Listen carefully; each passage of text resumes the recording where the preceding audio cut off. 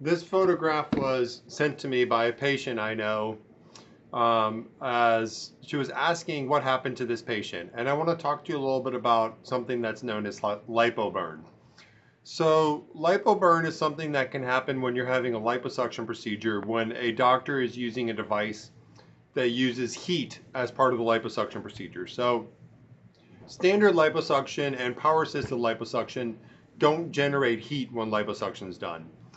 Other types of liposuction, like laser liposuction, ultrasonic liposuction, I believe Renuvian liposuction, produce heat, radiofrequency heat, that when utilized incorrectly can result in burns to the skin. And we're talking about second and even in some cases third degree burns. A third degree burn basically means that the skin is dead where it's black.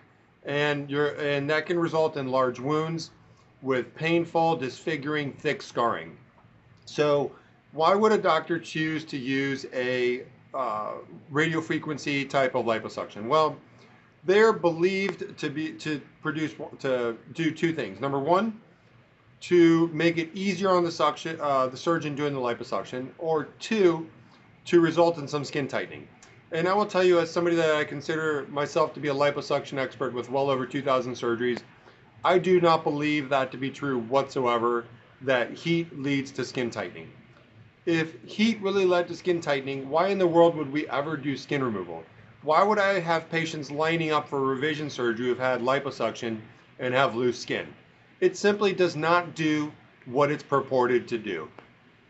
All skin tightens to some degree after liposuction based on the inherent thickness of the skin. So the thicker the skin, the younger you are, the more likely to have some tightening. All right. The problem with these heat generating devices is they offer little benefit but with a significant amount of risk, as you can see. And this is not something that's uncommon. These are very common injuries that can occur, and they can be devastating or catastrophic, right? So the other part of that is, why would a surgeon use these devices to make it easier? Well, the truth is, liposuction is very physical. It's very laborious. If your surgeon is not athletic and strong, the chances are is that they are not doing liposuction. It requires a lot of force. It results in some discomfort to the surgeon, to their shoulder, to their back. I have those problems, and it's because I use power assisted liposuction. There's a certain amount of force that's needed. Using a heat assisted liposuction might make it a little bit easier for the surgeon, but at the risk of the patient.